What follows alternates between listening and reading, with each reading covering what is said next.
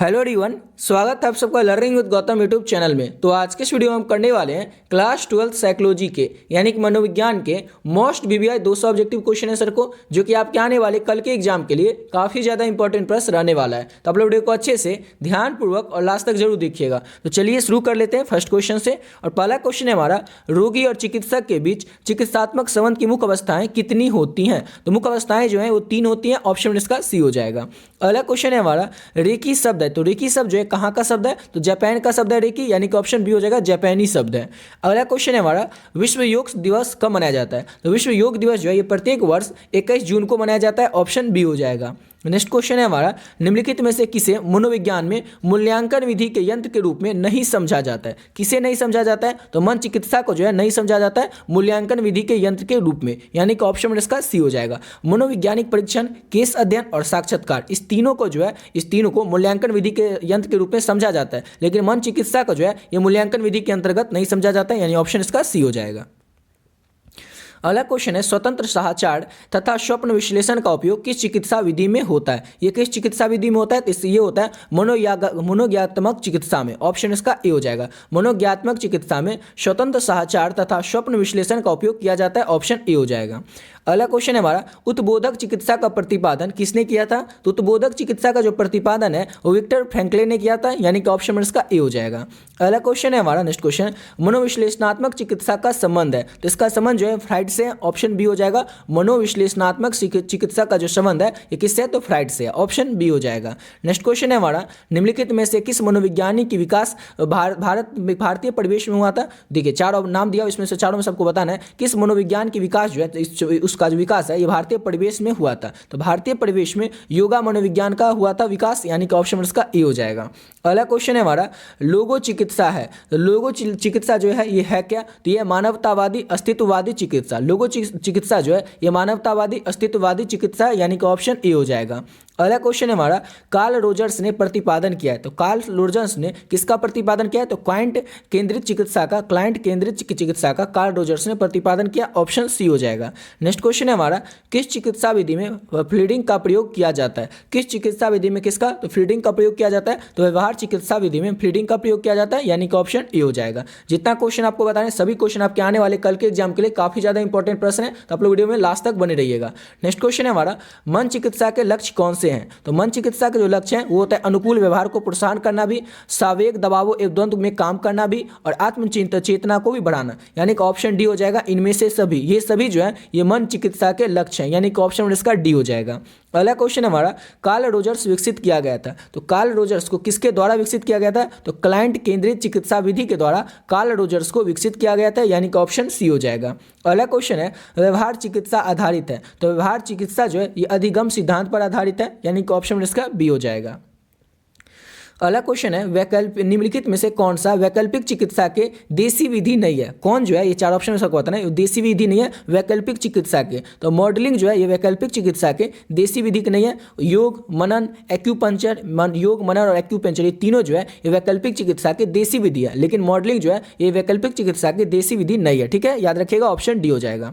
अगला क्वेश्चन है, निम्नलिखित में से कौन सा व्यापार परक प्रविधि नहीं है? व्यापार परक प्रविधि कौन सी नहीं है? चार ऑप्शन आपको बताना है। तो देखिए, मनन जो होता है यह व्यापार परक प्रविधि नहीं होता है, यानी कि ऑप्शन उसका सी हो जाएगा। विरुचि चिकित्सा, मॉडलिंग और बायो फीडबैक ये तीनों जो है क्या है? तो व्यापार परक प्रविधि है, लेकिन मनन जो है ये व्यापार परक प्रविधि नहीं है, यानी कि ऑप्शन सी हो जाएगा। अगला क्वेश्चन है हमारा, परस्पारित अवरोध के नियम का किसका आधार है? परस्पारिता अवरोध का नियम जो है किसका आधार है? चार ऑप्शन में से तो ये आधार है क्रमबद्ध अश्वेदीकरण का आधार है। ऑप्शन में इसका बी हो जाएगा। अगला क्वेश्चन हमारा, किस चिकित्सा में आदान अनुकूलन के नियम को प्रयुक्त होते हैं? किस चिकित्सा में होता है? तो व्यवहार चिकित्सा में होता है। ऑप्शन डी हो जाएगा। व्यवहार चिकित्सा में अध्ययन अनुकूलन के नियम को प्रयुक्त किया गया है, यानी कि ऑप्शन उसका डी हो जाएगा, व्यवहार चिकित्सा में। अगला क्वेश्चन है, सीखने के सिद्धांत का प्रयोग होता है। तो सीखने के सिद्धांत का जो प्रयोग होता है वो व्यवहार चिकित्सा में होता है, यानी कि ऑप्शन इसका ए हो जाएगा। अगला क्वेश्चन है हमारा, संज्ञानात्मक अंशवादिता की उत्पत्ति कब होती है? संज्ञानात्मक अंशवादिता की जो उत्पत्ति है जब दो व्यक्ति के सामने दो विरोधात्मक सूचनाएं होती है, तब संज्ञानात्मक अंशवादिता की जो उत्पत्ति है ये होती है, यानी कि ऑप्शन सी हो जाएगा। अगला क्वेश्चन है फ्रिट्ज हाइडर का संतुलन सिद्धांत POX मॉडल में 6 जो है प्रतिनिधित्व किसका करता है? तो ये प्रतिनिधित्व करता है दूसरे व्यक्ति को। ऑप्शन ए हो जाएगा। फ्रिट्ज हाइडर का जो संतुलन सिद्धांत है उसमें POX जो है ये मॉडल में 6 जो है ये प्रतिनिधित्व करता है दूसरे व्यक्ति को, यानी कि ऑप्शन ए हो जाएगा। अगला क्वेश्चन है लियोन फेस्टिगर ने संज्ञानात्मक अशुद्धता सिद्धांत का प्रतिपादन किस वर्ष किया था? तो वर्ष 1957 में, 1957 में, वर्ष 1957 में लियोन फेस्टिगर ने संज्ञानात्मक अशुद्धता सिद्धांत का प्रतिपादन किया था। ऑप्शन डी हो जाएगा। अगला क्वेश्चन है संज्ञानात्मक अशुद्धता से तात्पर्य है, यानी कि संज्ञानात्मक अशुद्धता का तात्पर्य क्या होता है, मतलब क्या होता है? इसका मतलब होता है दो मानसिक दशाओं का विपरीत होना। दो मानसिक दशाओं का विपरीत होना ही संज्ञानात्मक अशुद्धता होता है, यानी कि ऑप्शन इसका सी हो जाएगा। अगला क्वेश्चन है फ्रिट्ज हाइडर का संतुलन सिद्धांत का POX मॉडल में P प्रतिनिधित्व किसका करता है? तो ऊपर देखे थे 6 प्रतिनिधित्व किसका करता है और यहाँ पर है P जो होता है किसका प्रतिनिधित्व करता है POX मॉडल में संतुलन सिद्धांत में। ये जो है किसका प्रतिनिधित्व करता है? तो ये प्रतिनिधित्व करता है व्यक्ति का, यानी कि ऑप्शन सी हो जाएगा। फ्रिट्ज हाइडर के संतुलन सिद्धांत का या फिर POX मॉडल में जो P होता है ये प्रतिनिधित्व करता है व्यक्ति का, ऑप्शन सी हो जाएगा। अगला क्वेश्चन है मनोवृत्ति निर्माण के सांस्कृतिक कारक की भूमिका पर बल दिया गया है, किसमें बल दिया गया है? तो ये बल दिया गया मीड ए बेनेडिक्ट के पर, ऑप्शन इसका सी हो जाएगा। मनोवृत्ति निर्माण के सांस्कृतिक कारक की भूमिका में बल दिया गया मीड ए बेनेडिक्ट पर, यानी कि ऑप्शन सी हो जाएगा। अगला क्वेश्चन है हमारा मनोवृत्ति निर्माण का मुख्य निर्धारक क्या है? तो इसका हो जाएगा ऑप्शन नंबर डी। प्राथमिक समाजीकरण जो है यह मनोवृत्ति निर्माण का मुख्य निर्धारक है, यानी कि ऑप्शन डी हो जाएगा। अगला क्वेश्चन है रूढ़ि युक्तियों के पद का सर्वप्रथम उपयोग किसने किया था? तो रूढ़ि युक्त पद का सर्वप्रथम सबसे पहले प्रयोग जो है किसने किया था? तो वाल्टर लिपमैन ने किया था इसका सबसे पहले प्रयोग, ऑप्शन इसका ए हो जाएगा। इसका उपयोग सबसे पहले किसने किया था? रूढ़ि युक्तियों के पद का तो सबसे पहले इसका प्रयोग किया था वाल्टर लिपमैन ने, ऑप्शन ए हो जाएगा। अगला क्वेश्चन है मनोवृत्ति परिवर्तन प्रक्रिया में संतुलन या POX का संप्रत्यय किसने प्रस्तावित किया था? किसने प्रस्तावित किया था? तो फ्रिट्ज हाइडर ने। फ्रिट्ज हाइडर ने मनोवृत्ति परिवर्तन प्रक्रिया में संतुलन या POX का संप्रत्यय को विकसित किया था फ्रिट्ज हाइडर ने, ऑप्शन सी हो जाएगा। अगला क्वेश्चन है हमारा अगर किसी व्यक्ति की मनोवृत्ति प्रतिकूल से बदलकर अधिक प्रतिकूल या अनुकूल से बदलकर और अधिक अनुकूल हो जाती है तो यह उदाहरण किसका होगा? तो ये जो उदाहरण है इस संगत परिवर्तन का होगा, ऑप्शन ए हो जाएगा। क्वेश्चन को समझिए, क्वेश्चन था हमारा अगर किसी व्यक्ति की जो मनोवृत्ति होती है वो प्रतिकूल से बदलकर अगर वो अधिक प्रतिकूल हो जाता है या फिर अनुकूल से बदलकर अधिक अनुकूल हो जाता है, यानी प्रतिकूल से ज़्यादा प्रतिकूल हो जाएगा और अनुकूल से ज़्यादा अनुकूल हो जाए तो ये उदाहरण किसका होगा? तो ये संगत परिवर्तन का उदाहरण होगा, ऑप्शन ए हो जाएगा। अगला क्वेश्चन है हमारा निम्नलिखित कथनों में से कौन सा कथन सही है? तो 4 कथन दिया, इस चारों में सबको बताना है कि कौन सा कथन सही है। तो मनोवृत्ति के 3 घटक है संज्ञान, भाव तथा क्रिया। ये जो कथन है बिल्कुल सही है। आपसे अगर एग्जाम में पूछा जाएगा कि मनोवृत्ति के कितने घटक है तो याद रखिएगा 3 घटक होते हैं। कौन कौन होते हैं? तो संज्ञान, भाव तथा क्रिया होते हैं। ठीक है, ऑप्शन सी हो जाएगा, बिल्कुल सही हो जाएगा।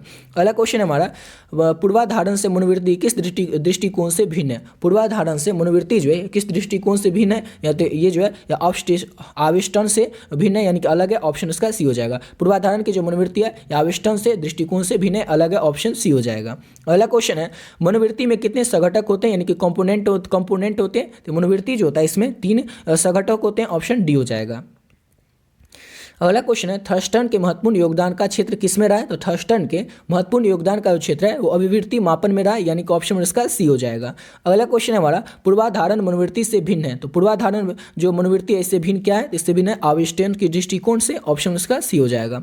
अगला क्वेश्चन है हमारा मनोवृत्ति से तात्पर्य होता है। तो मनोवृत्ति से क्या तात्पर्य होता है? तो मनोवृत्ति से तात्पर्य होता है व्यवहार में परिवर्तन, यानी कि ऑप्शन इसका ए हो जाएगा। अगला क्वेश्चन है हमारा पूर्वाग्रह में तेजी से कमी लाता है। तो पूर्वाग्रह में तेजी से कमी कौन लाता है? तो पूर्वाग्रह में तेजी से कमी जो है वो अंतर समूह संपर्क लाता है, यानी कि ऑप्शन बी हो जाएगा। अगला क्वेश्चन है हमारा मनोवृत्ति का निर्माण प्रभावित नहीं होता है। तो मनोवृत्ति का जो निर्माण है किससे प्रभावित नहीं होता है? तो श्रोता की विशेषताओं से मनोवृत्ति का जो निर्माण है ये प्रभावित नहीं होता है, ऑप्शन ए हो जाएगा। अगला क्वेश्चन है पूर्वाग्रह में घटकों की संख्या कितनी होती है? तो पूर्वाग्रह में घटकों की जो संख्या होती है वो 3 होती है, ऑप्शन ए हो जाएगा। अगला क्वेश्चन है पूर्वाग्रह एक प्रकार है। तो पूर्वाग्रह जो है मनोवृत्ति का एक प्रकार है, ऑप्शन ए हो जाएगा। अगला क्वेश्चन है निम्नलिखित में से, यानी कि 4 ऑप्शन है इसमें से मनोवृत्ति का घटक कौन सा नहीं है? तो व्यवहारात्मक जो है ये मनोवृत्ति का घटक नहीं है, यानी कि ऑप्शन इसका सी बिल्कुल सही हो जाएगा। अगला क्वेश्चन है निम्न में से, यानी कि जो 4 ऑप्शन दिया इसमें से कौन कारक पूर्व धारण को कम नहीं करता है? पूर्व धारण को कौन कम नहीं करता है? तो रूढ़िबद्ध जो है यह पूर्व धारण को कम नहीं करता है, ऑप्शन बी हो जाएगा। अगला क्वेश्चन है मनोवृत्ति के विकास सर्वाधिक प्रभावित होता है। तो मनोवृत्ति का जो विकास होता है सबसे ज्यादा प्रभावित होता है परिवार से, यानी कि ऑप्शन इसका बी हो जाएगा। अगला क्वेश्चन है स्कीमा है एक, तो स्कीमा जो होता है ये क्या होता है, तो स्कीमा जो होता है एक मानसिक संरचना होता है, यानी कि ऑप्शन नंबर इसका ए हो जाएगा। अगला क्वेश्चन करते हैं और नेक्स्ट क्वेश्चन है हमारा, एक संदर्भ समूह के लिए सर्वाधिक वांछित अवस्था क्या होता है। इसका सर्वाधिक यानी सबसे ज़्यादा वांछित अवस्था जो होता है वो होता है समूह का प्रभाव, यानी कि ऑप्शन इसका सी हो जाएगा। अगला क्वेश्चन है हमारा नेक्स्ट क्वेश्चन, रूढ़ि युक्त का सर्वप्रथम प्रयोग किया गया था। तो रूढ़ि युक्त का सर्वप्रथम यानी सबसे पहले प्रयोग जो है ये वाल्टर लिपमैन के द्वारा किया गया था, ऑप्शन सी हो जाएगा। अगला क्वेश्चन है, निम्नलिखित में से कौन प्राथमिक सामाजिक व्यवहार नहीं है। प्राथमिक सामाजिक व्यवहार जो है चार ऑप्शन में से कौन है, तो सामाजिक विभेदन। सामाजिक विभेदन जो है ये क्या है, तो प्राथमिक सामाजिक व्यवहार नहीं है, ऑप्शन डी हो जाएगा। अगला क्वेश्चन है, श्रेणी आधारित स्कीमा को क्या कहा जाता है। श्रेणी आधारित स्कीमा जो होता है इसको कहा जाता है आदि रूप, यानी कि ऑप्शन इसका ए हो जाएगा। अगला क्वेश्चन है, मनोवृत्ति का अर्थ होता है। तो मनोवृत्ति का अर्थ क्या होता है, तो मनोवृत्ति का अर्थ होता है इसका ऑप्शन में हो जाएगा बौद्धिक योग्यता, ये तो नहीं होता है, संवेगशीलता भी नहीं होता है, सामाजिकता भी नहीं होता है, यानी कि ऑप्शन डी हो जाएगा, इनमें से कोई नहीं। अगला क्वेश्चन करते हैं, नेक्स्ट क्वेश्चन है हमारा, मनोवृत्ति विकास पर किस कारक का अधिक प्रभाव पड़ता है। तो मनोवृत्ति विकास पर जो है परिवार का अधिक प्रभाव पड़ता है, ऑप्शन इसका डी हो जाएगा। अगला क्वेश्चन है हमारा, किस व्यक्ति या समूह के प्रति नकारात्मक मनोवृत्ति को कहा जाता है। किसी व्यक्ति या समूह के प्रति जो नकारात्मक मनोवृत्ति होता है उसको क्या कहा जाता है, तो विभेद कहा जाता है, ऑप्शन इसका ए हो जाएगा। नेक्स्ट क्वेश्चन करते हैं और अगला क्वेश्चन है हमारा, किस मनोवैज्ञानिक ने बच्चों के समाजीकरण में मॉडलिंग पर अधिक बल दिया था। तो गंगानर ने, ऑप्शन डी हो जाएगा। गंगानर मनोवैज्ञानिक जो थे इन्होंने बच्चों के समाजीकरण में मॉडलिंग पर अधिक बल दिया था, ऑप्शन डी हो जाएगा, गंगानर ने। अगला क्वेश्चन है, अभिवृत्ति एक प्रक्रिया है। तो अभिवृत्ति जो है किसकी एक प्रक्रिया है, तो अभिवृत्ति जो होती है ये क्रियात्मक की एक प्रक्रिया होती है, ऑप्शन इसका सी हो जाएगा। अगला क्वेश्चन है हमारा, संतुलन मॉडल यानी कि बैलेंस मॉडल का प्रतिपादन किसने किया था। तो बैलेंस मॉडल का जो प्रतिपादन है ये फैक्सटिगर ने किया था, ऑप्शन बी हो जाएगा। आपके आने वाले कल के परीक्षा के लिए जो भी इंपॉर्टेंट प्रश्न है सभी प्रश्नों को इसी वीडियो में करवा देंगे, तो आप लोग वीडियो में लास्ट तक बने रहिएगा। बढ़ते हैं अपने अगले क्वेश्चन की ओर। नेक्स्ट क्वेश्चन हमारा, पूर्वाग्रह या जिसे इंग्लिश में कहा जाता है प्रीजुडिस, इसमें कमी नहीं आती है। तो प्रीजुडिस में कमी किसके कारण से नहीं आते, तो पूर्वाग्रह विरोधी प्रचार से प्रीजुडिस में कमी नहीं आती है। जो पूर्वाग्रह होता है प्रीजुडिस होता है उसमें इसका विरोध करने से भी इसमें कमी नहीं आती है, यानी कि ऑप्शन सी हो जाएगा। अगला क्वेश्चन है, पूर्वाधारण, यानी वहाँ पर था पूर्वाग्रह और यहाँ पर क्या है, तो पूर्वाधारण है। तो पूर्वाधारण प्रीजुडिस का मुख्य आधार क्या है, तो पूर्वाधारण जिसे हम इसके प्रीजुडिस भी कहते हैं, इसका मुख्य आधार जो है वो होता है प्राथमिक सामाजिकरण, यानी कि ऑप्शन इसका ए हो जाएगा। अगला क्वेश्चन करते हैं और नेक्स्ट क्वेश्चन है हमारा, पूर्वाधारण को दूर करने का प्रभावी उपाय क्या होता है। तो पूर्वाधारण को दूर करने का आर्थिक क्षमता ये भी एक उपाय होता है, समुचित शिक्षा ये भी एक उपाय होता है, और तीसरा होता है सामूहिक प्राथमिक सामाजिकरण। ये तीनों जो होता है यानी कि ऑप्शन डी हो जाएगा। ये सभी जो होता है ये पूर्वाधारण को दूर करने के प्रभावी उपाय हैं, ऑप्शन डी हो जाएगा। अगला क्वेश्चन है हमारा, भारत में जाति पूर्वाधारण निम्नलिखित में से कौन सा कारक है। तो भारत में जाति पूर्वाधारण का संस्कृति, धर्म और राजनीति ये तीनों जो है एक कारक है या फिर कारण है, यानी कि ऑप्शन डी हो जाएगा। उपयुक्त सभी ये सभी जो है भारत में जाति पूर्वाधारण का कारण है, ऑप्शन इसका डी हो जाएगा। अगला क्वेश्चन है, मनोवृत्ति पूर्वाग्रह से कैसे भिन्न होता है। मनोवृत्ति जो होता है ये पूर्वाग्रह से कैसे भिन्न होता है, कैसे अलग होता है, तो अवशेषण के द्वारा मनोवृत्ति जो होता है पूर्वाग्रह से अभिन्न होता है, अलग होता है। अगला क्वेश्चन है, संज्ञानात्मक आशावादिता संप्रदाय का प्रतिपादन किसने किया था। तो फैक्सटिगर ने, ऑप्शन बी हो जाएगा। फैक्सटिगर ने संज्ञानात्मक अंशावैधता संप्रदाय का प्रतिपादन किया था, ऑप्शन बी हो जाएगा। अगला क्वेश्चन है हमारा, छवि निर्माण में कौन सी प्रक्रिया शामिल नहीं है। तो छवि के निर्माण में जो है पूर्व कथन प्रक्रिया जो होता है वो शामिल नहीं होता है, ऑप्शन इसका बी हो जाएगा। अगला क्वेश्चन है हमारा, मनोवृत्ति निर्माण को प्रभावित करने वाले कारक कौन से हैं। तो मनोवृत्ति निर्माण को प्रभावित करने वाले जो कारक हैं वो इनमें से, और डी हो जाएगा, इनमें से सभी हैं, जैसे कि परिवार एवं स्कूल, व्यक्तिगत अनुभूतियाँ, संदर्भ समूह, ये सभी जो है ये मनोवृत्ति निर्माण को प्रभावित करने वाले कारक हैं, यानी कि ऑप्शन डी हो जाएगा, इनमें से सभी। बढ़ते अपने अगले क्वेश्चन की और। नेक्स्ट क्वेश्चन हमारा, POX त्रिकोण मॉडल के संदर्भ में कौन सा कथन सही है। तो POX त्रिकोण मॉडल जो होता है उसके संदर्भ में जो है ये कथन बिल्कुल सही है कि 3 व्यक्ति हो सकते हैं। POX मॉडल त्रिकोण, देखिए त्रिकोण मतलब क्या होता है, 3 होता है, तो त्रिकोण मॉडल जो होता है इसके संदर्भ में 3 व्यक्ति हो सकते हैं इसमें, यानी कि ऑप्शन सी हो जाएगा, 3 व्यक्ति हो सकते हैं, बिल्कुल ऑप्शन सही है। बढ़ते अपने अगले क्वेश्चन की और। नेक्स्ट क्वेश्चन हमारा, गुणारोपण के आंतरिक कारकों को कहा जाता है। तो गुणारोपण के आंतरिक कारक जो होता है इसको कहा जाता है अभिप्रेरणात्मक कारक, यानी कि ऑप्शन ए हो जाएगा। गुणारोपण के आंतरिक कारकों को अभिप्रेरणात्मक कारक कहा जाता है। अगला क्वेश्चन है, कैलमैन के अनुसार सामाजिक प्रभाव का कौन सा एक प्रकार नहीं है। कौन सा एक प्रकार नहीं है, तो आज्ञा पालन जो है इस कैलमैन के अनुसार सामाजिक प्रभाव का एक प्रकार कारक नहीं है, ऑप्शन बी हो जाएगा। अगला क्वेश्चन है, मनोवृत्ति परिवर्तन प्रक्रिया में संतुलन या POX संप्रत्यय को किसने प्रस्तावित किया था। किसने प्रस्तावित किया था, तो हाइदर ने प्रस्तावित किया था, ऑप्शन सी हो जाएगा। हाइदर ने क्या किया था, तो मनोवृत्ति परिवर्तन प्रक्रिया में संतुलन या POX के संप्रत्यय को प्रस्तावित किया था, ऑप्शन सी हो जाएगा, हाइदर ने। अगला क्वेश्चन है समूह ध्रुवीकरण के संप्रत्यय का प्रतिपादन किसके द्वारा किया गया था। यहाँ पर कौन सा क्वेश्चन है कि समूह ध्रुवीकरण का जो संप्रत्यय हुआ था इसका प्रतिपादन किसने किया था, तो इसका प्रतिपादन किया था मॉस्कोविस एवं फ्रेजर ने। मॉस्कोविसी एवं फ्रेजर ने समूह ध्रुवीकरण के संप्रत्यय का प्रतिपादन किया था, ऑप्शन सी हो जाएगा।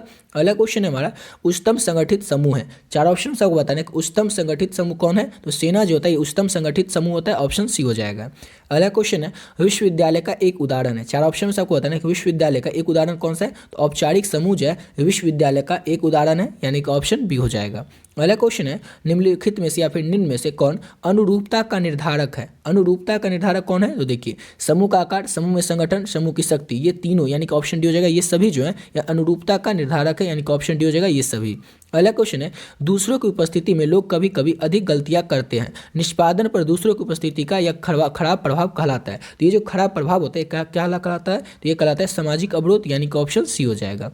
अगला क्वेश्चन, और देखिए अभी तक आप लोग इस पीडीएफ को नहीं लिए तो आप लोग इस पीडीएफ को ले सकते हैं। आपका जो भी सब्जेक्ट का एग्जाम बचा होगा 2-3 सब्जेक्ट का, उसका पीडीएफ आप लोग ले सकते हैं। आपके एग्जाम में जो भी प्रश्न आएंगे उसका 90% क्वेश्चन जो होगा आप लोग को इसी पीडीएफ से देखने को मिल जाएगा। जैसे साइकोलॉजी की बात करें तो आपको साइकोलॉजी में टोटल 450 या 500 के करीब क्वेश्चन मिलेगा। इतना अगर आप लोग कर लेते हैं तो इसके बाहर से आपको एक भी क्वेश्चन देखने को नहीं मिलेगा। जैसे अगर ज्योग्राफी की बात करें, ज्योग्राफी में टोटल क्वेश्चन हम दिए थे आपको 500 क्वेश्चन जिस पीडीएफ में, और इसी पीडीएफ में से क्वेश्चन था आपके एग्जाम में 70, बनाना था आपको 35, और इसी पीडीएफ जो 450-60 क्वेश्चन था इसमें से 54 को जो क्वेश्चन था वो आपको देखने को मिला था ज्योग्राफी में। सेम इसी तरह से बात करें अगर जैसे हिंदी का एग्जाम अभी तक हो चुका है, हिंदी में भी 650 ऑब्जेक्टिव दिए थे, लेकिन हिंदी में ऐसा कोई क्वेश्चन था ही नहीं, ऐसा एक भी क्वेश्चन था ही नहीं जो उस पीडीएफ के बाहर से एक भी क्वेश्चन कोई बता दे तो जो बुक से, क्योंकि ग्रामर का दिए नहीं थे। ग्रामर में कोई गेस तो होता नहीं, ग्रामर में तो कहीं से भी कोई भी वर्ड को उठा करके पूछ सकता है, इसलिए ग्रामर का कोई गेस नहीं होता है। बुक का जितना भी गेस क्वेश्चन था वो सब दिए थे, और एक भी ऐसा क्वेश्चन ही नहीं था जो कि इस पीडीएफ के बाहर से हो। हिंदी में जितना 100% क्वेश्चन यहीं से आया था। उसके बाद यहाँ पर बात करें जैसे ज्योग्राफी का आपको बताई दिए कि बनाना था केवल आपको 70 में से 35 ही क्वेश्चन, और आपको टोटल 54 को क्वेश्चन इसी पीडीएफ से देखने को मिला था। सेम इसी तरह से इकोनॉमिक्स में मिला था, पॉलिटिकल साइंस में भी मिला था। तो आप लोग भी चाहते हैं अगर साइकोलॉजी का लेना, होम साइंस का लेना, सोशियोलॉजी का या फिर म्यूजिक का, आपका जो भी सब्जेक्ट का एग्जाम नहीं हुआ तो सब्जेक्ट का पीडीएफ आप लोग ले सकते हैं, और बहुत ही कम समय और बहुत ही बढ़िया तरीके से इसके प्रिपरेशन को कर सकते हैं। इसमें आपको ऑब्जेक्टिव और सब्जेक्टिव दोनों का पीडीएफ मिलेगा। जैसे देख सकते हैं यहाँ पर आपको लघुत्तरीय और दीर्घोत्तरीय प्रश्न भी मिलेगा, और इस पीडीएफ का जो प्राइस है वो है ओनली 25 रुपीज। इसमें आपको एक सब्जेक्ट का पीडीएफ नहीं मिलेगा, जो भी आपका 2-3 सब्जेक्ट का एग्जाम बचा हुआ है वो 2-3 सब्जेक्ट का पीडीएफ आप लोग को मिल जाएगा। लेना किस तरह से, तो ये देखिए नंबर है 7903820891। इस नंबर को जैसे आप लोग फोन पे, गूगल पे या पेटीएम में डालेगा, नाम आ जाएगा गौतम कुमार, उसको 25 रुपये डाल देना, उसका स्क्रीनशॉट लेकर के आप लोग को इसी नंबर के व्हाट्सएप पे भेज देना। और जो भी आपका 2 सब्जेक्ट का एग्जाम बचा हो, 3 सब्जेक्ट का एग्जाम बचा हो, या एक ही सब्जेक्ट का एग्जाम बचा हो, तो उसका पीडीएफ आप लोग लेकर के तैयारी कर सकते हैं। ठीक है, तो बढ़ते अपने अगले क्वेश्चन की ओर। अगला क्वेश्चन है हमारा विद्यार्थी को महाविद्यालय में निर्धारित ड्रेस में जाना, खेल के मैदान में खेल के नियमों को अपनाना, ये सब उदाहरण है। देखिए विद्यार्थी जो होते हैं वो ड्रेस पहनकर स्कूल जाते हैं, खेल के मैदान में जाते हैं तो खेल का जो नियम होता है उसको अपनाते हैं। तो ये सब जो उदाहरण होता है ये सब किसका उदाहरण होता है, तो ये सब आज्ञा पालन का उदाहरण होता है, क्योंकि आज्ञा पालन करते हैं इसीलिए ड्रेस को पहन कर जाते हैं, खेल के मैदान में जो नियम होता है उसका पालन करते हैं। तो ये सब आज्ञा पालन का उदाहरण है, ऑप्शन सी हो जाएगा। अगला क्वेश्चन है निम्न में से कौन छवि निर्माण की प्रक्रिया में सम्मिलित नहीं होता है। तो छवि निर्माण की प्रक्रिया में जो है भूमि का निर्वाह जो होता है सम्मिलित नहीं होता है, उसका चयन, संगठन और अनुमान, ये तीनों जो होता है छवि निर्माण की प्रक्रिया में सम्मिलित होता है, लेकिन भूमिका निर्वाह जो होता है छवि निर्माण की प्रक्रिया में सम्मिलित नहीं होता है, ऑप्शन सी हो जाएगा। अगला क्वेश्चन हमारा निम्न में से कौन समूह संरचना का तत्व नहीं है। समूह संरचना का जो तत्व है वो कौन नहीं है, तो अनुमान जो है समूह संरचना का तत्व नहीं है, ऑप्शन डी हो जाएगा। अगला क्वेश्चन है चटुकारिता, परस्परिता तथा बहु अनुरोध प्रविधि है। तो चटुकारिता, परस्परिता तथा बहु अवरोध जो है, अनुरोध जो है, अवरोध नहीं अनुरोध जो है, एक इसकी प्रविधि है, तो ये प्रविधि है अनुपालन के, यानी कि ऑप्शन बी हो जाएगा। अगला क्वेश्चन है किसने समूह का वर्गीकरण प्राथमिक समूह तथा द्वितीय समूह में किया था। तो समूह का जो वर्गीकरण है ये प्राथमिक समूह में और द्वितीय समूह में किसने किया था, तो इसका समूह क्या किया था, चार्ल्स कूले ने, ऑप्शन डी हो जाएगा। चार्ल्स कूले ने समूह के प्राथमिक समूह के तथा द्वितीय समूह का वर्गीकरण किया था, चार्ल्स कूले ने, ऑप्शन डी हो जाएगा। अगला क्वेश्चन है लोग किस कारण से समूह में जुड़ते हैं। लोग जो होते हैं ये देखिए सुरक्षा के कारण से, स्टेटस के कारण से, आत्मसम्मान के कारण से, यानी इन सभी कारणों से लोग जो होते हैं ये समूह में जुड़ते हैं, यानी कि ऑप्शन इसका डी हो जाएगा। अगला क्वेश्चन है समूह संरचना का तात्पर्य होता है, यानी कि समूह संरचना का मतलब क्या होता है। तो समूह संरचना का मतलब होता है समूह का आकार, समूह की प्रभावशीलता, समूह का लक्ष्य, यानी कि ऑप्शन डी हो जाएगा। इनमें से सभी ये सभी जो है ये समूह संरचना का तात्पर्य, समूह संरचना का मतलब होता है। अगला क्वेश्चन है किसी व्यक्ति की उपस्थिति में कोई विशिष्ट कार्य की बेहतर निष्पादन जो होता है वो क्या कहलाता है, तो वो कहलाता है होता है सामाजिक सुसूत्रीकरण, सामाजिक सुसूत्रीकरण, ऑप्शन ए हो जाएगा। अगला क्वेश्चन है हमारा नेक्स्ट क्वेश्चन, समूह का वर्गीकरण अंतर समूह ए बाहर समूह के रूप में किसने किया था? समूह का जो वर्गीकरण था ये अंतर समूह ए बाहरी समूह के रूप में जो है किया था स्मरण ने, यानी कि ऑप्शन सी हो जाएगा। अगला क्वेश्चन हमारा, आज्ञा पालन के संदर्भ में किसका अध्ययन प्रमुख है? आज्ञा पालन के संदर्भ में जो है किसका अध्ययन जो होता है वो प्रमुख होता है? तो मिलग्राम का अध्ययन प्रमुख होता है, ऑप्शन इसका सी हो जाएगा। अगला क्वेश्चन है, नॉर्मन ट्रिपलेट का अध्ययन संबंधित है। तो नॉर्मन ट्रिपलेट का जो अध्ययन है किससे संबंधित है? तो सामाजिक सुसूत्रीकरण से नॉर्मन ट्रिपलेट का जो अध्ययन है संबंधित है, ऑप्शन बी हो जाएगा। अगला क्वेश्चन है, सामाजिक व्यवहार किसे कहते हैं? सामाजिक व्यवहार जो होता है किसे कहते हैं? तो जो सामाजिक नियमों के अनुकूल होते हैं उन्हें क्या कहते हैं? सामाजिक व्यवहार कहते हैं, यानी कि ऑप्शन इसका ए हो जाएगा। बढ़ते हैं अपने अगले क्वेश्चन की ओर। नेक्स्ट क्वेश्चन हमारा, एक सामाजिक समूह की संरचना के लिए कम से कम कितने सदस्यों की आवश्यकताएं होती हैं? तो एक सामाजिक समूह की संरचना के लिए कम से कम जो है कितने सदस्य की आवश्यकता होती है? तो 2 सदस्य की आवश्यकता होती है, ऑप्शन इसका बी हो जाएगा।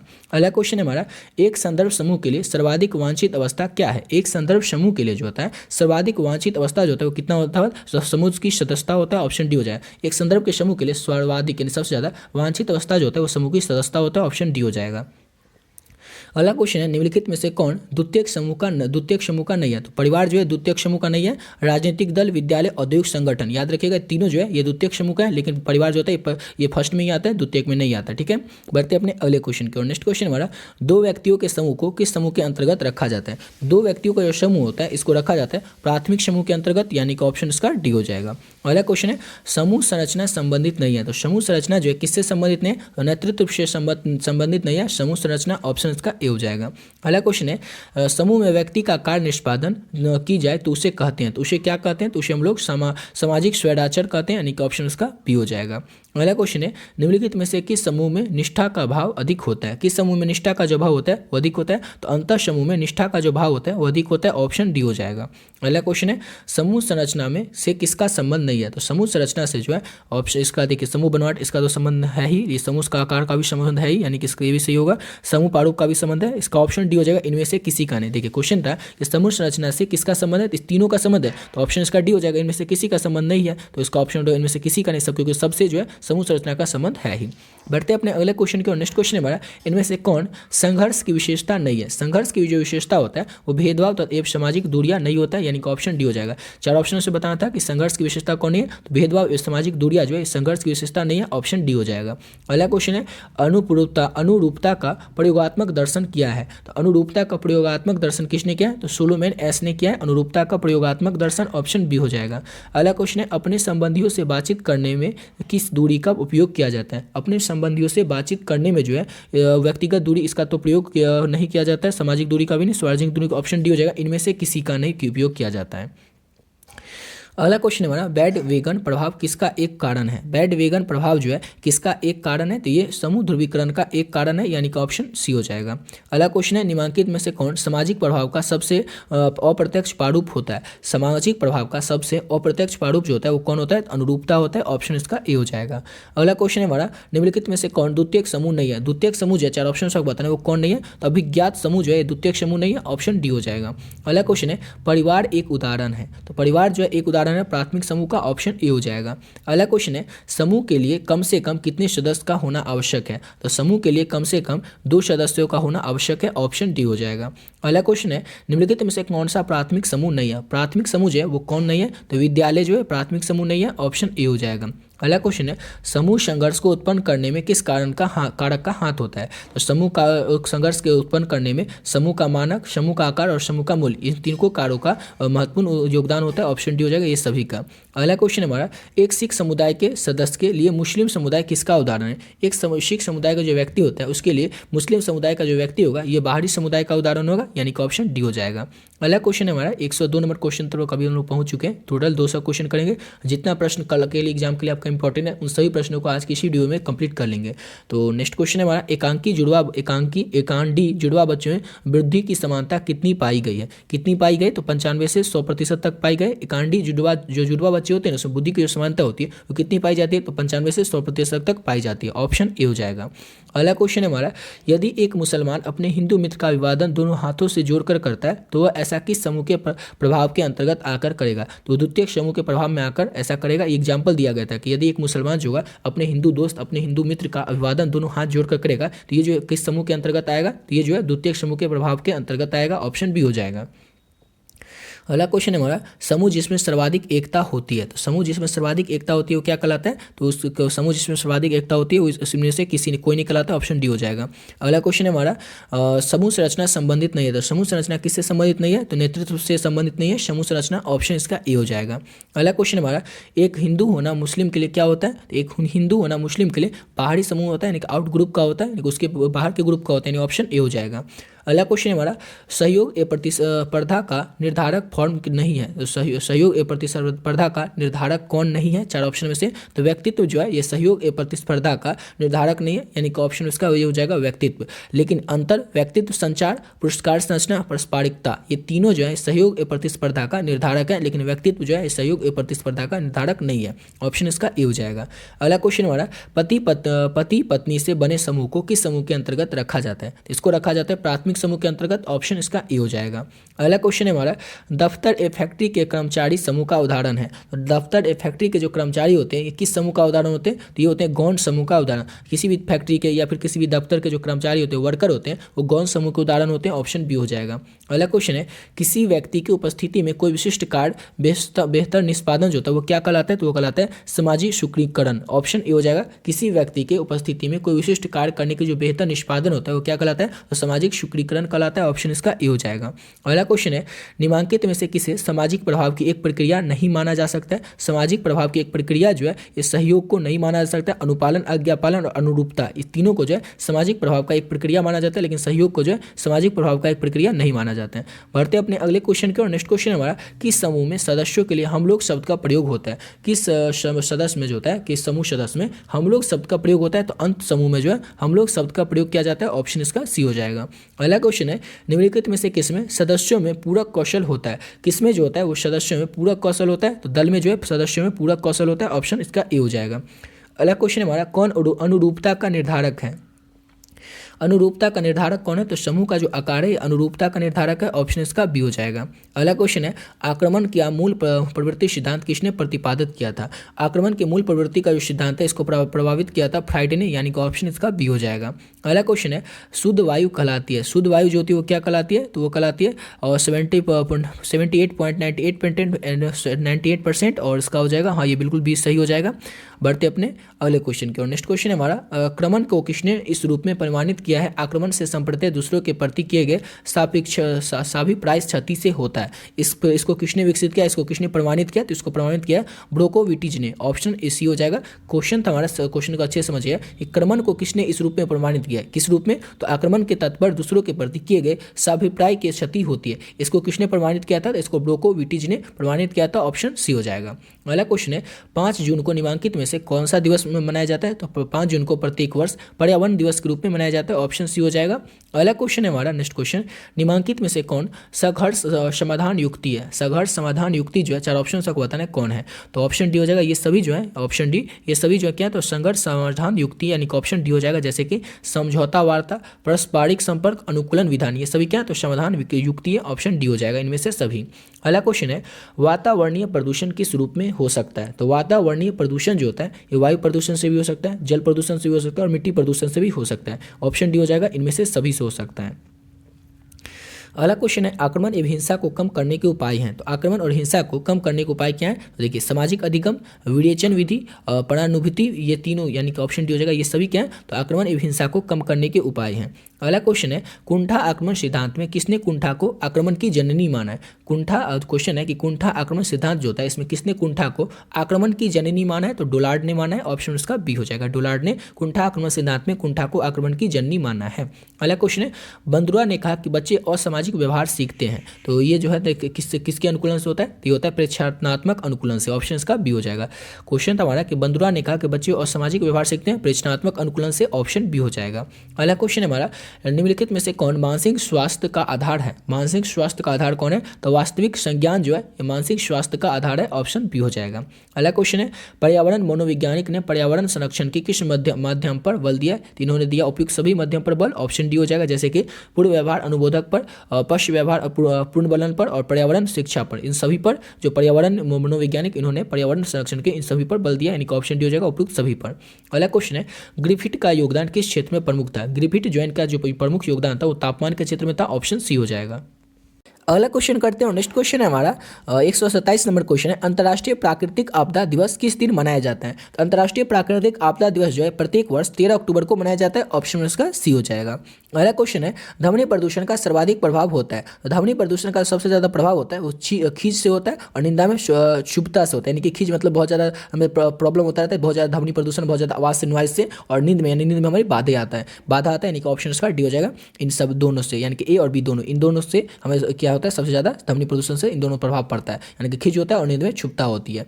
और अगला क्वेश्चन करते हैं। नेक्स्ट क्वेश्चन हमारा अंत्योदय का उद्देश्य क्या होता है? अंत्योदय का उद्देश्य क्या होता है? तो इसका उद्देश्य होता है गरीबों की संपन्नता का स्तर को बढ़ाना, गरीबों की संपन्नता के स्तर को बढ़ाना अंत्योदय का उद्देश्य होता है।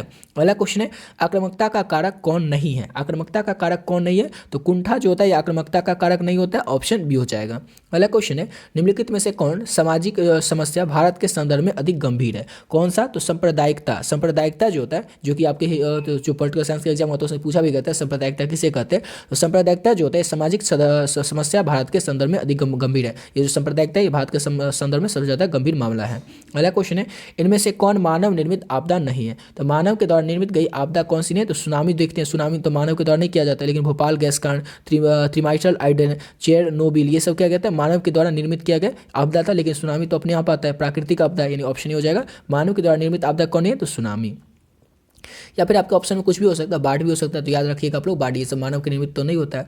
अगला क्वेश्चन हमारा, अपने वातावरण के सतत आवाज के साथ समझन के स्थापित करने की प्रक्रिया को कहते हैं? तो इसे प्रक्रिया को कहते हैं, इस प्रक्रिया को इनमें से कोई नहीं कहते क्योंकि इसका ऑप्शन नहीं, इनमें से कोई नहीं कहते, ऑप्शन डी हो जाएगा।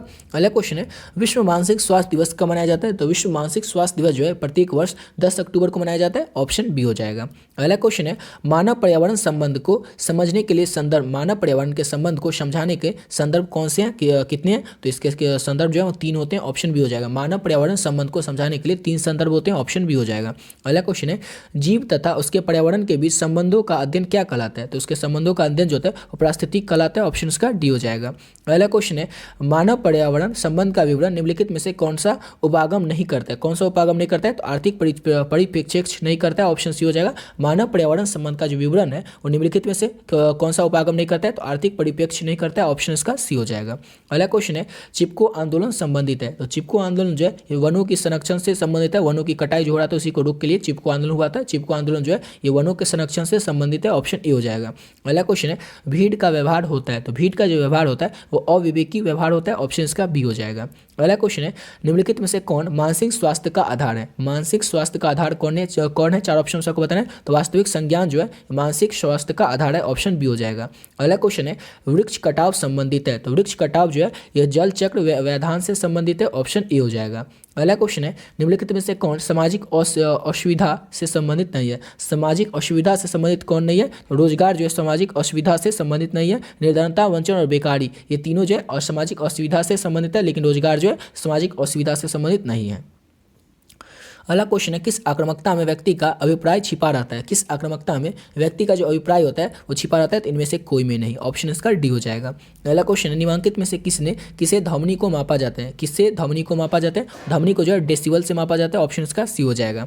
अगला क्वेश्चन हमारा, कोलाहल की विशेषताओं में किसे शामिल नहीं किया जा सकता? तो कोलाहल की विशेषता में क्रमबद्धता को जो है शामिल नहीं किया जा सकता, ऑप्शन इसका डी हो जाएगा। अगला क्वेश्चन हमारा, निम्नलिखित में से गरीबी का कारण नहीं है? गरीबी का कारण कौन नहीं है? तो मनोवैज्ञानिक कारक जो है गरीबी का कारण नहीं है। निर्धनता की संस्कृति, निर्धनता चक्र ये सब क्या होता है? तो गरीबी का कारण होता है, लेकिन मनोवैज्ञानिक कारक जो होता है ये गरीबी का कारण नहीं होता है। अगला क्वेश्चन है, निम्नलिखित में से आक्रामकता का कारण नहीं माना जाता है? तो किसको 4 ऑप्शन सबको बताना है आक्रामकता का कारक नहीं माना जाता है? तो व्यवहार परक औषध को, व्यवहार परक औषध को जो है आक्रामकता का कारक नहीं माना जाता, ऑप्शन ए हो जाएगा।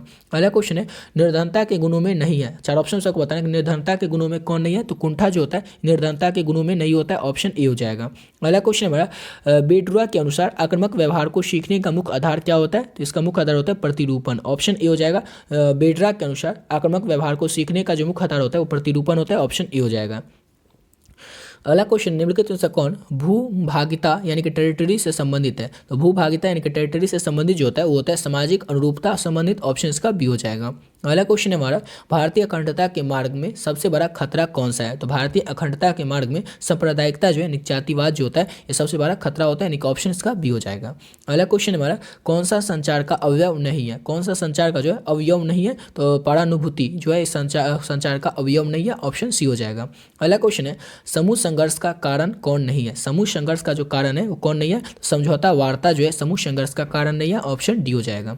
अगला क्वेश्चन है, कौन प्राकृतिक आपदा नहीं है? कौन प्राकृतिक आपदा नहीं है? तो दंगा जो होता है तो मानवीय आपदा है, लेकिन प्राकृतिक आपदा कौन होता है? तो बाढ़, भूकंप, ये सब क्या होता है? प्राकृतिक आपदा होता है। दंगा तो मानव के द्वारा किया जाता है, मानवता आपदा होता है। अगला क्वेश्चन है, व्यक्ति का किस तरह की अवस्था को वंचन कहा जाता है? व्यक्ति के किस तरह की जो अवस्था होती है उसको वंचन कहा जाता है। किस तरह की अवस्था को व्यक्ति को वंचन कहा जाता है? तो मनोवैज्ञानिक अवस्था को व्यक्ति को जो है उसको वंचन ही कहा जाता है, यानी कि ऑप्शन उसका ए हो जाएगा।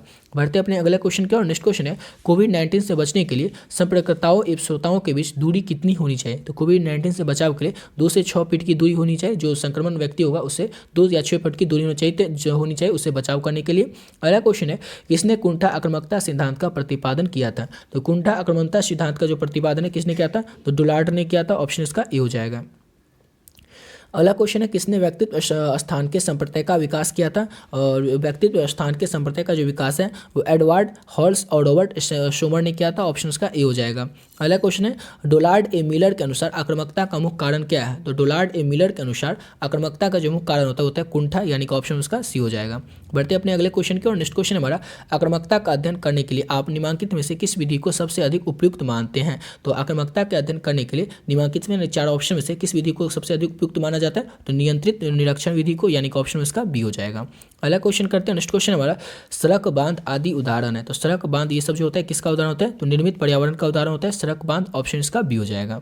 अगला क्वेश्चन है, इनमें से कौन परामर्श की प्रविधि नहीं है? तो परामर्श की जो प्रविधि है वो प्रोत्साहन परामर्श नहीं होता है। ऑप्शन इसका डी हो जाएगा। अगला क्वेश्चन है हमारा, निम्न में से कौन परामर्श का क्षेत्र नहीं है? तो परामर्श का जो क्षेत्र है वो निजी क्षेत्र नहीं होता है। ऑप्शन उसका ए हो जाएगा। अगला क्वेश्चन हमारा, एक प्रभावी मनोवैज्ञानिक विशेषता होती है। एक प्रभावी मनोवैज्ञानिक जो विशेषता होती है ये सभी होती है, यानी कि सामर्थ्य, वैज्ञानिक मानसिकता, उत्तरदायित्व का बोध, यानी ऑप्शन डी हो जाएगा। ये सभी जो है ये प्रभावी मनोवैज्ञानिक की विशेषता होती है। ऑप्शन इसका डी हो जाएगा। अगला क्वेश्चन है, इनमें से कौन एक परामर्श का क्षेत्र तत्व बोध नहीं है? कौन एक जो है इस 4 ऑप्शन में से वो परामर्श के क्षेत्र तत्व बोध नहीं है? तो निर्देशन जो है परामर्श का क्षेत्र तत्व बोध नहीं है। ऑप्शन डी हो जाएगा। अगला क्वेश्चन है हमारा, मनोवैज्ञानिक का संज्ञानात्मक कौशल किस श्रेणी में है? मनोवैज्ञानिक का जो संज्ञानात्मक कौशल होता है ये सामान्य कौशल श्रेणी में होता है। ऑप्शन ए हो जाएगा। अगला क्वेश्चन है हमारा, परामर्श का उद्देश्य होता है। तो परामर्श का उद्देश्य होता है ये सभी होता है, यानी कि उपचारात्मक, विकासात्मक और निरोधात्मक, यानी ऑप्शन डी हो जाएगा। ये सभी जो होता है ये परामर्श का उद्देश्य होता है। ऑप्शन डी हो जाएगा। अगला क्वेश्चन है, निम्नलिखित में से साक्षात्कार के कौन अवस्था नहीं है? साक्षात्कार के कौन अवस्था नहीं है? तो संबंध बनाने की जो अवस्था है साक्षात्कार की अवस्था नहीं है। ऑप्शन इसका डी हो जाएगा। अगला क्वेश्चन है, समय प्रबंधन कौशल है। तो समय प्रबंधन जो होता है ये धार्मिक कौशल होता है, यानी कि ऑप्शन इसका डी हो जाएगा। अगला क्वेश्चन है हमारा 170 नंबर क्वेश्चन है, 2 या 2 से अधिक व्यक्तियों के बीच अंतःक्रिया जो होता है उसको क्या कहते हैं? तो उसको साक्षात्कार कहते हैं, इंटरव्यू कहते हैं। 2 से अधिक लोग के बीच जो बातचीत होती है उसे क्या कहते हैं? तो साक्षात्कार कहते हैं। अगला क्वेश्चन है, अंतर्दृष्टि के विकास में किस कौशल का उपयोग होता है? तो अंतर्दृष्टि के विकास में जो प्रेषण कौशल का उपयोग किया जाता है। ऑप्शन ए हो जाएगा। अगला क्वेश्चन है हमारा, परामर्श का में संबंध होता है। तो परामर्श में संबंध किससे होता है? तो सहायता परक से संबंध होता है परामर्श में। ऑप्शन इसका बी हो जाएगा। बढ़ते अपने अगले क्वेश्चन की ओर और नेक्स्ट क्वेश्चन है हमारा, प्रभावी परामर्शदाता के आवश्यक गुण होते हैं। तो प्रभावी परामर्शदाता के आवश्यक गुण जो है ये सभी होते हैं, जैसे कि प्रामाणिकता, दूसरे के प्रति सकारात्मक मनोवृत्ति, तदनुभूति। ऑप्शन डी हो जाएगा। उपयुक्त सभी, ये सभी जो है ये प्रभावी परामर्शदाता के आवश्यक गुण होते हैं। अगला क्वेश्चन है, सेवार्थी परामर्शदाता का संबंध होता है। तो सेवार्थी परामर्शदाता का जो संबंध है वो नैतिक आधार से होता है। ऑप्शन डी हो जाएगा। अगला क्वेश्चन है हमारा, एक प्रभावी मनोवैज्ञानिक होने के लिए जरूरी है। एक प्रभावी मनोवैज्ञानिक होने के लिए क्या जरूरी है? तो ऑप्शन डी हो जाएगा। उपयुक्त सभी चीज जरूरी है। अखंडता का होना, क्षमता का होना, सार्थकता का होना, वैज्ञानिकता, यानी ऑप्शन डी हो जाएगा। उपयुक्त सभी जो है एक प्रभावी मनोवैज्ञानिक होने के लिए जरूरी है।